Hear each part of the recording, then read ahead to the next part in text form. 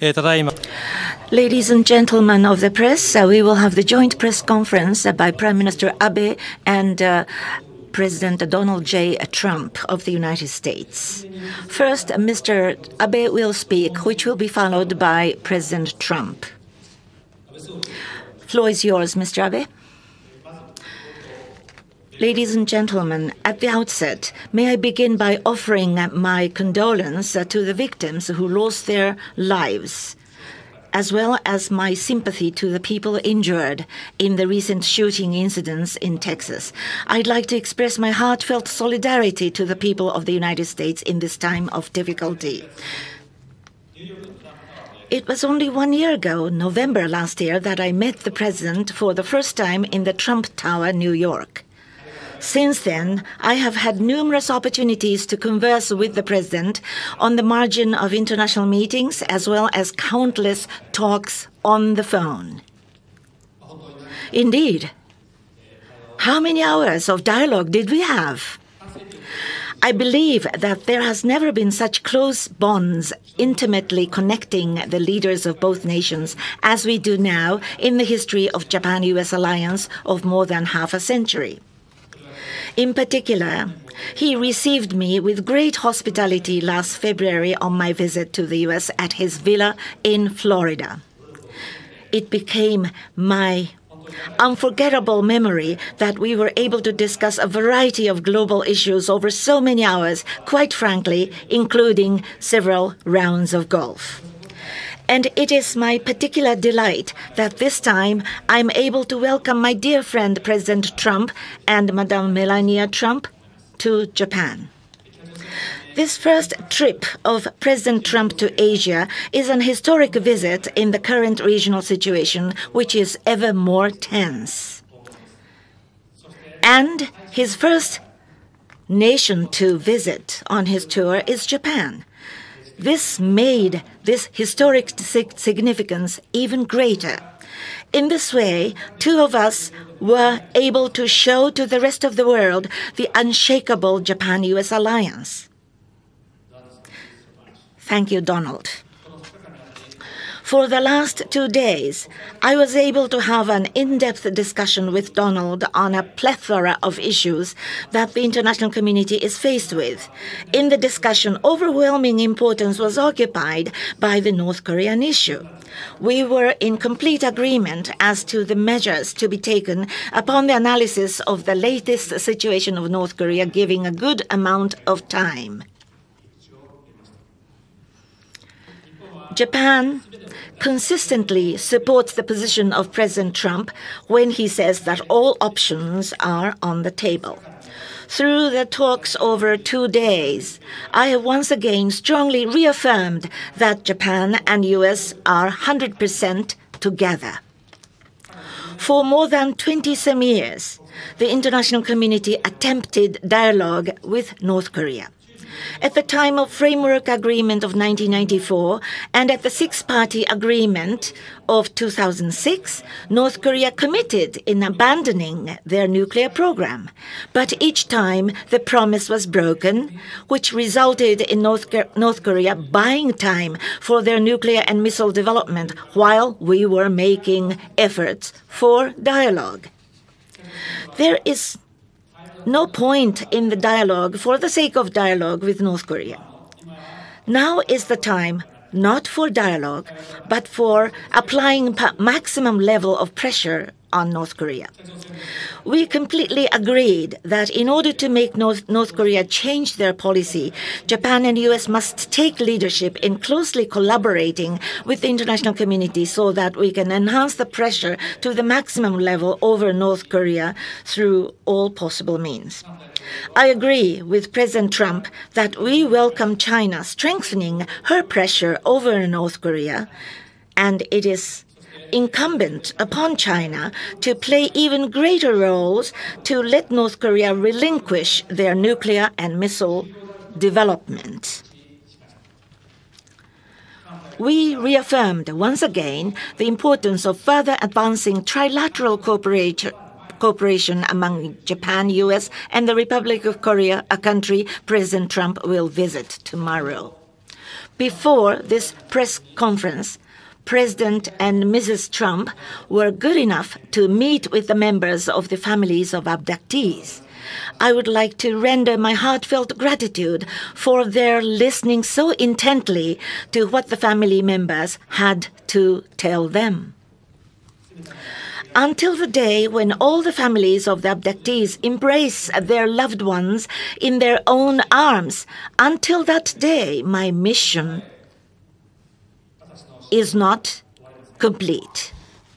I am sure that the families I have renewed my resolve to work in full force to seek the resolution of this issue. I have decided to take our own additional sanction measures in our effort to seek the solution of the nuclear missile and the most important abduction issues of North Korea. Tomorrow there will be a decision on freezing assets of 35 North Korean entities and individuals. Going forward, Japan and the U.S. will continue to cooperate closely for the early resolution of the North Korean issue. I also discussed bilateral economic issues with President Trump.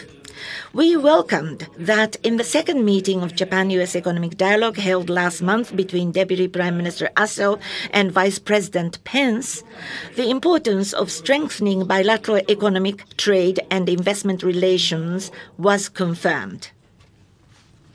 And we will go deeper into our dialogue.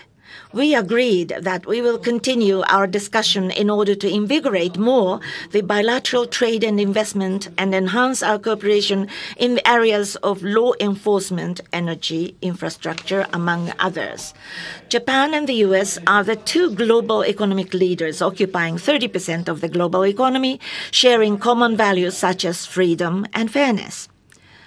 The significance of Japan-U.S. alliance is not limited on security front alone.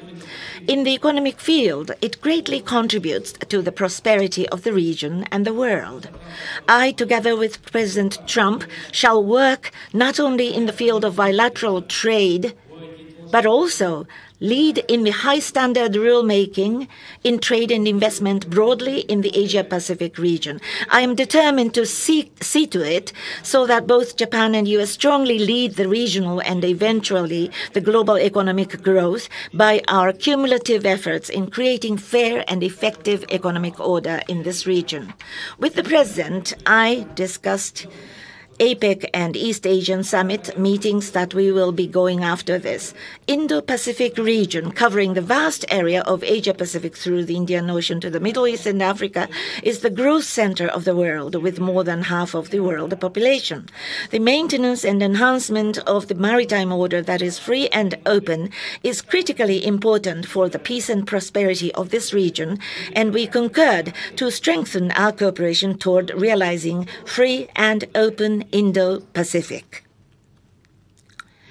Under the unwavering Japan-U.S. alliance, I shall play a leadership role for the peace and prosperity of this region, hand in hand with President Trump. For the last 2 days, I had indeed very serious discussions with President Trump. I also had an opportunity to play golf with our top pro, Hideki Matsuyama, yesterday. Indeed, the match was a neck-and-neck competition, in my opinion. What was the reality? I hope that Mr. Trump will give his evaluation. The dinner where Mrs. Trump joined was in such a truly relaxed atmosphere that we almost forgot how time flew. I am greatly, very much satisfied. I hope that they enjoy the banquet later on by all means. Thank you very much. Thank you very much. President Trump, floor is yours. Thank you. Thank you very much.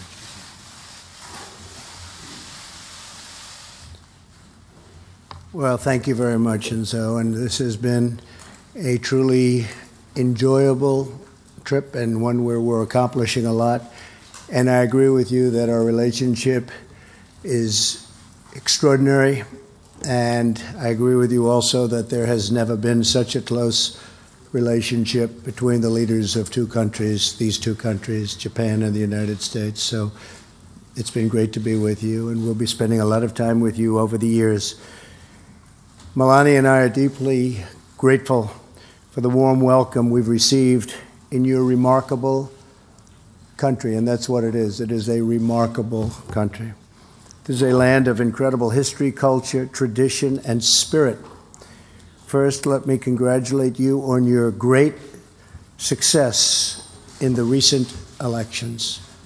You won very big and very easily, and I'm not at all surprised. We both share in common and really a deep loyalty to our citizens and a deep faith in the destiny of our people, and also our people and our countries working together. I also want to take a moment to continue sending our thoughts, prayers, and deepest condolences to the victims of the horrific assault on a church in a beautiful area. So sad. Sutherland Springs, Texas, such a beautiful, wonderful area with incredible people. Who would ever think a thing like this could happen? So I want to send my condolences, the condolences of our First Lady. In tragic times, Americans always pull together. We are always strongest when we are unified. To the wounded and the families of the victims, all of America is praying for you, supporting you, and grieving alongside of you. Prime Minister, I want to thank you and the people of Japan for your friendship. We have so many great things that we can accomplish together, and we are in the process of accomplishing those things. It was a thrill for my daughter Ivanka to be able to participate in the World Assembly for Women and promote women entrepreneurship side by side. Our two nations are advancing policies to empower women and harness the full potential of our great economies. You were the first foreign leader to visit me shortly after my election, and now it is my pleasure to join you in your homeland to further strengthen the historic ties between our two great nations. As you know, this is my first visit to the Indo-Pacific region as president. Been here before, but as president, this has been my first, and it is my first. And I am thrilled that my first stop was with you, great friend. We're going to other countries where I have also developed some great friendships, and we're going to work to straighten a lot of things out, including trade, including military problems. We have a lot of things to work on, but this is a real honor to be with you, Shinzo. Japan is a very special place. The Japanese people are thriving. Your cities are vibrant, and you've built one of the world's most powerful economies. I don't know if it's as good as ours. I think not. Okay? And we're going to try and keep it that way, but you'll be second.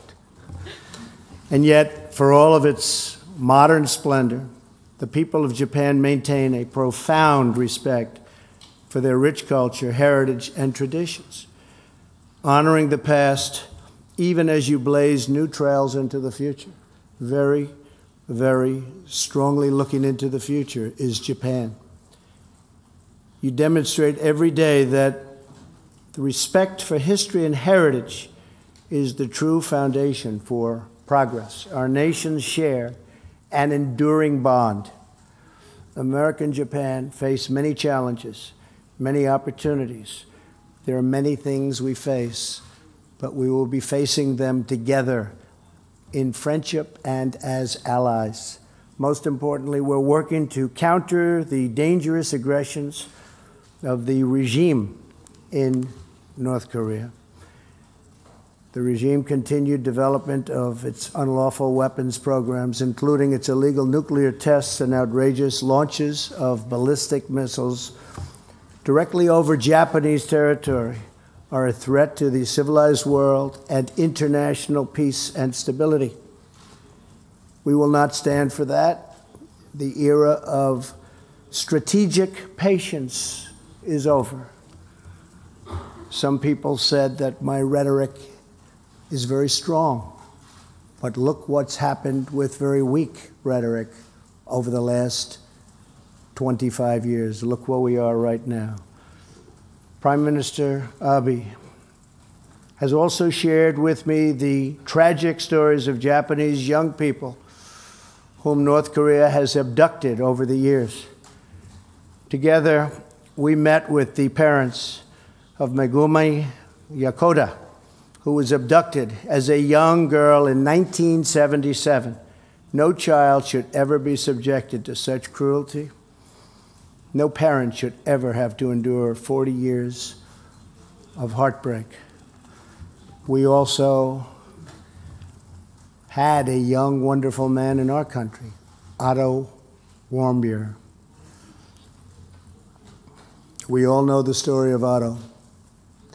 It's a horrible story, a sad story, and we can't let that happen. Cannot let that happen.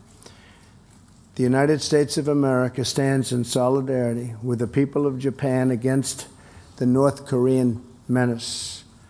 History has proven over and over that strong and free nations will always prevail over tyrants who oppress their people.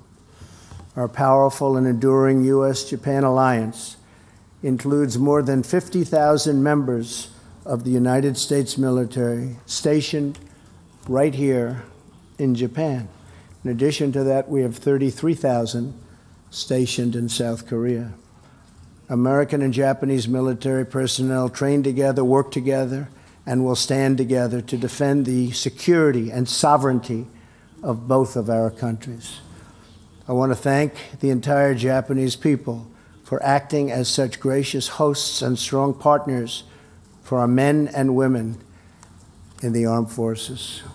America is also committed to improving our economic relationship with Japan.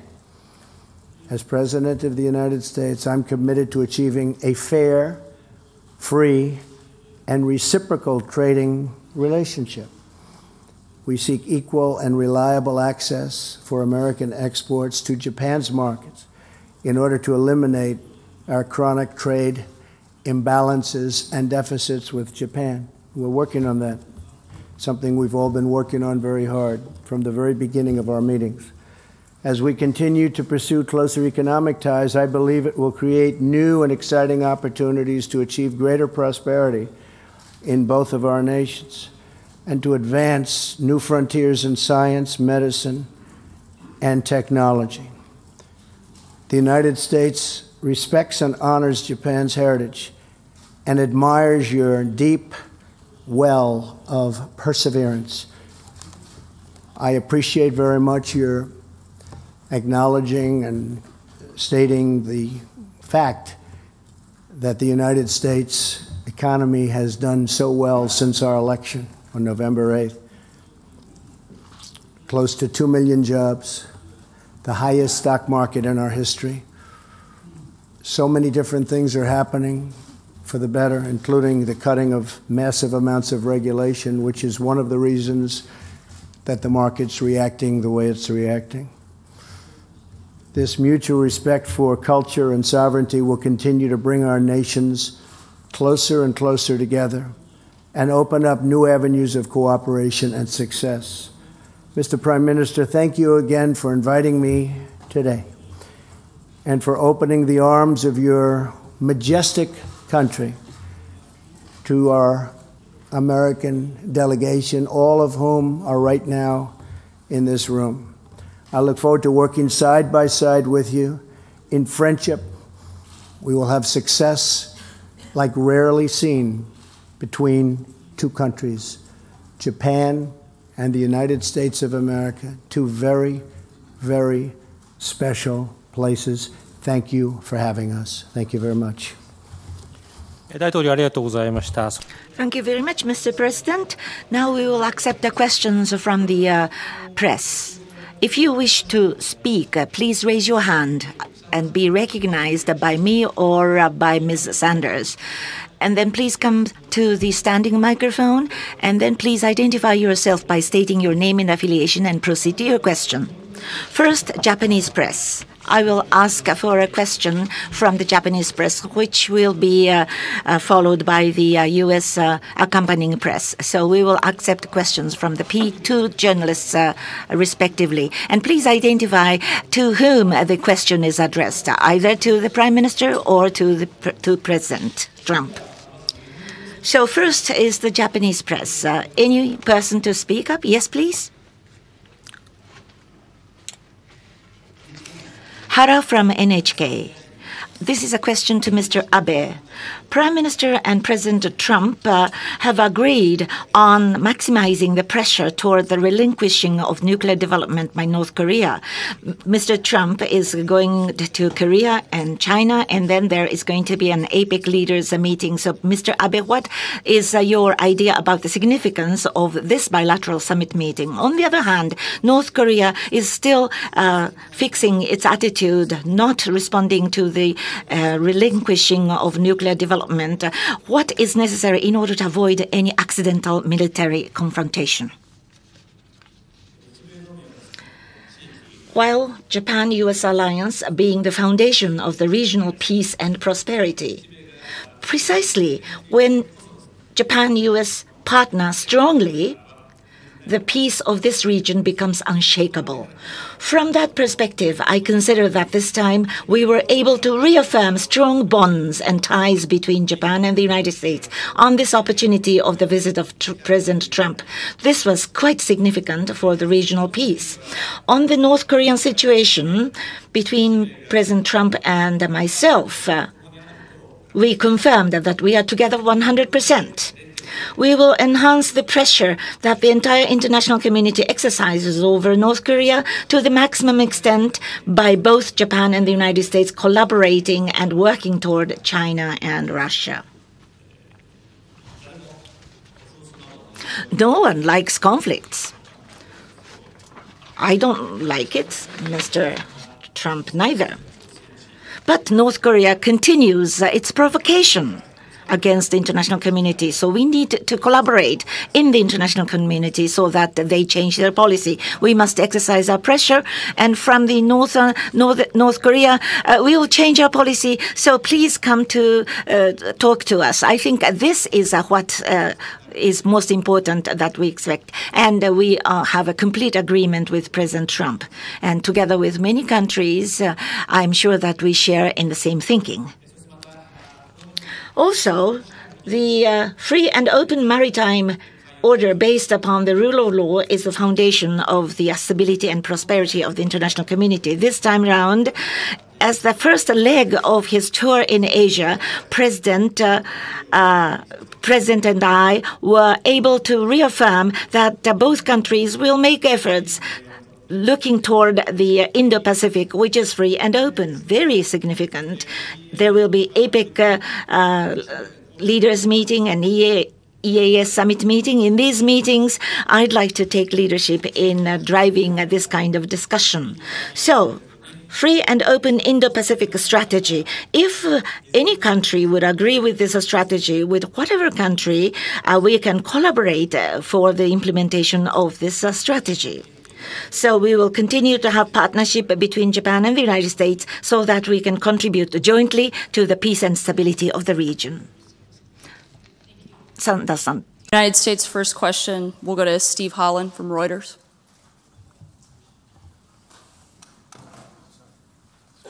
Pardon me. Thank you, sir. In response to the Texas shooting, what policies would you support to reduce these violent actions? Is gun control the answer? And secondly, you spoke yesterday about the warmth of the North Korean people. What's your message to their leader, Kim Jong-un, as you prepare to head to South Korea tomorrow? And if I could ask the Prime Minister a question as well, could you respond to what the President said this morning, that trade is not free and reciprocal with the United States? Thank you. Well, as far as the North Korean people are concerned, Steve, I think that these are great people. They're under a very repressive regime. And I really think that ultimately I can tell you this, that I hope it all works out. It'd be better for everybody. Certainly would be better for North Korea, but it would be better for everybody. So we hope that's going to take place. As far as your second a question which is really the first part of your question. I think that mental health is your problem here. This was a very, based on preliminary reports, very deranged individual, a lot of problems over a long period of time. We have a lot of mental health problems in our country, as do other countries.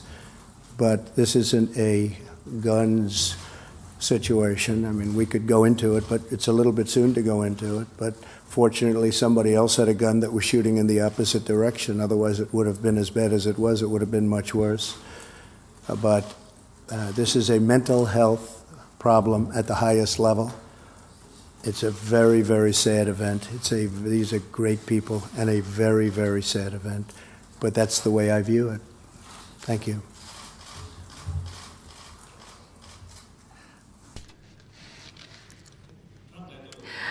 With President Trump, trade and economic matters, bilateral issues, we did discuss. On the economic matter, how U.S. and Japanese economies should be. There is a dialogue going on between Mr. Aso and Mr. Pence. There were 2 meetings already. So on the question of economy, together with President Trump, and not only regarding bilateral trade, we would like to see the entire region of Asia-Pacific. High standard rule-making is something that we want to pursue.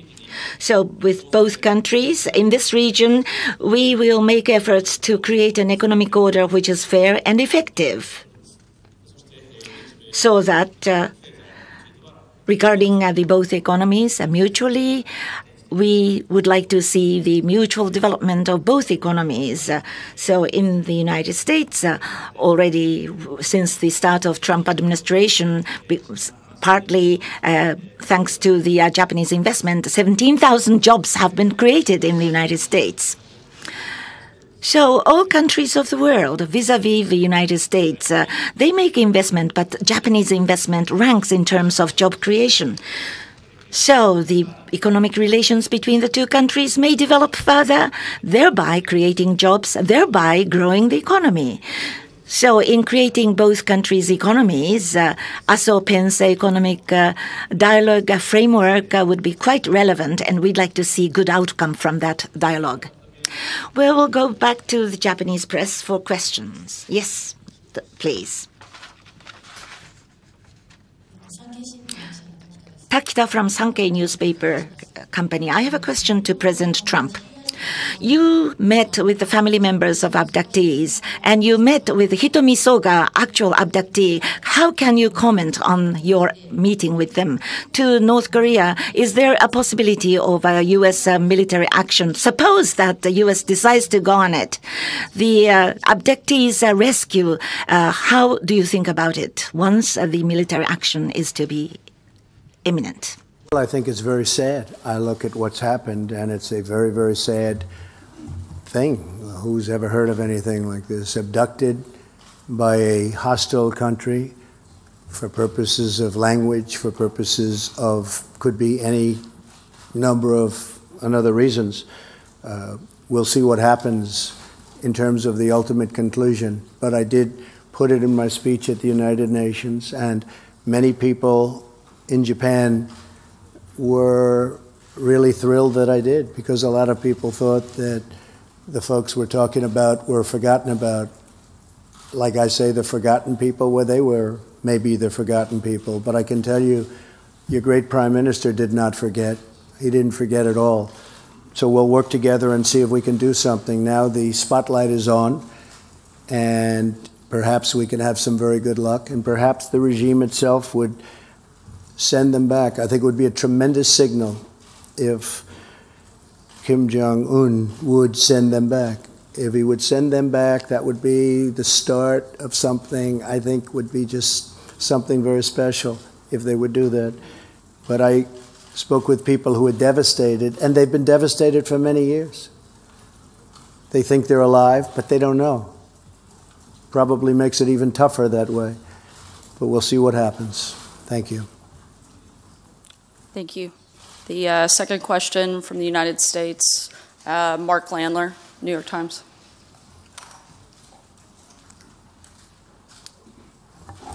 Thank you very much. My first question is to President Trump.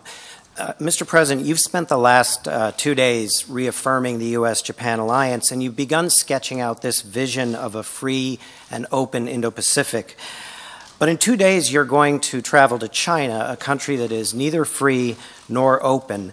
So my question is, how can the U.S. be a force for freedom and openness in this region without inevitably coming into conflict with China?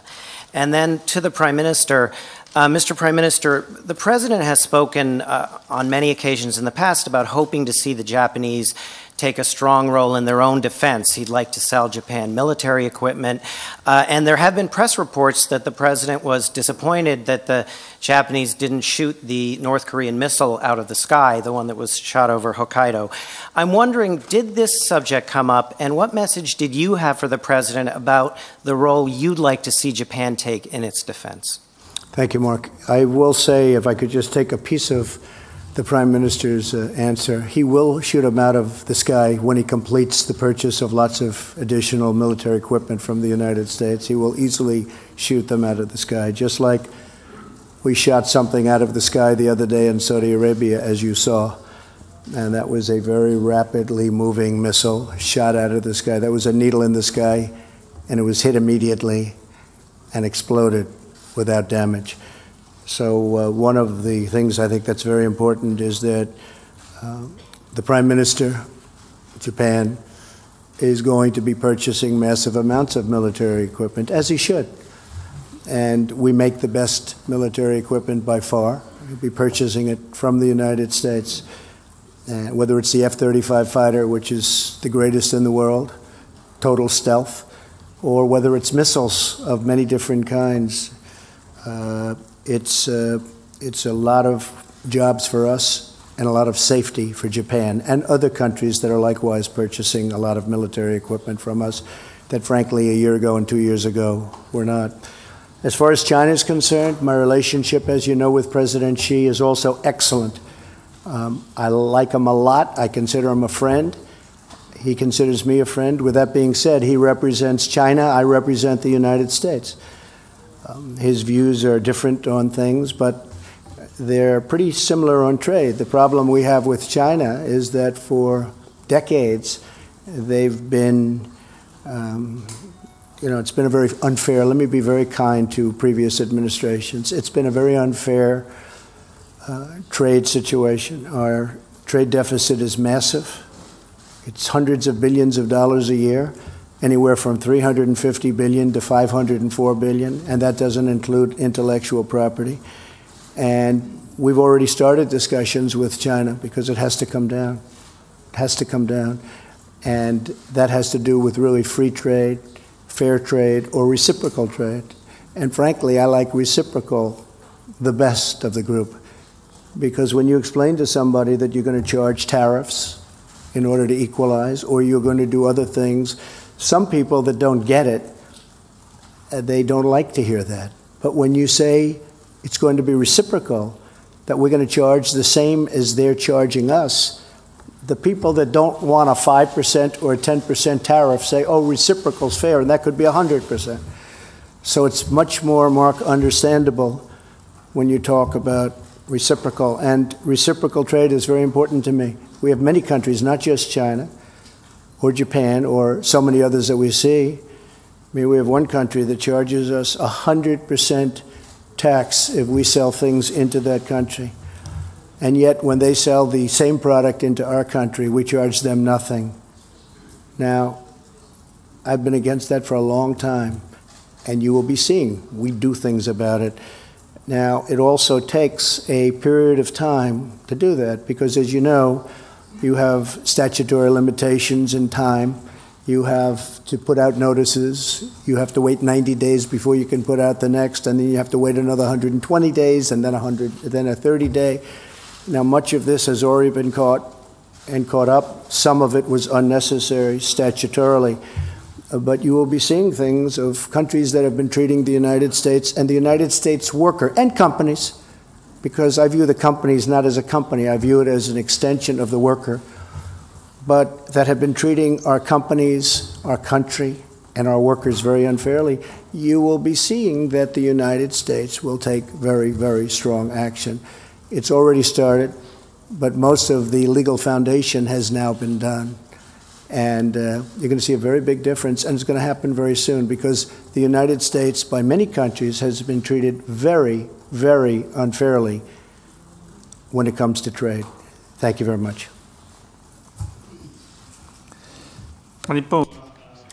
Regarding Japan, defense equipment, a lot of them we purchase from the United States. North Korean situation becoming very tough. The Asia-Pacific security situation becoming very tough. We qualitatively and quantitatively, we have to enhance our defense capability. As the President mentioned, F-35A is a case in point. SM-3, Block 2A, is another plan for purchase from the United States. Aegis vessels, the quality and the quantity must be enhanced. In that process, we will be buying more from the United States. That is what I'm thinking. Now, North Korea.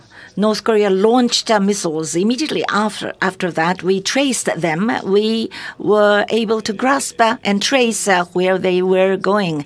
Missile defense is something which is based upon the cooperation between Japan and the United States. Missile defense system is a cooperation between the two countries. For the intercepting and shooting down, if it is necessary, of course, we will do that.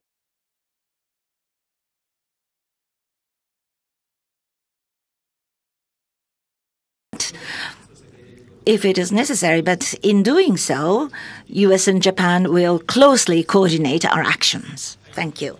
Thank you very much. With this, we will end the joint press conference by the two leaders of Japan and the United States. Thank you very much, ladies and gentlemen of the press. See you later.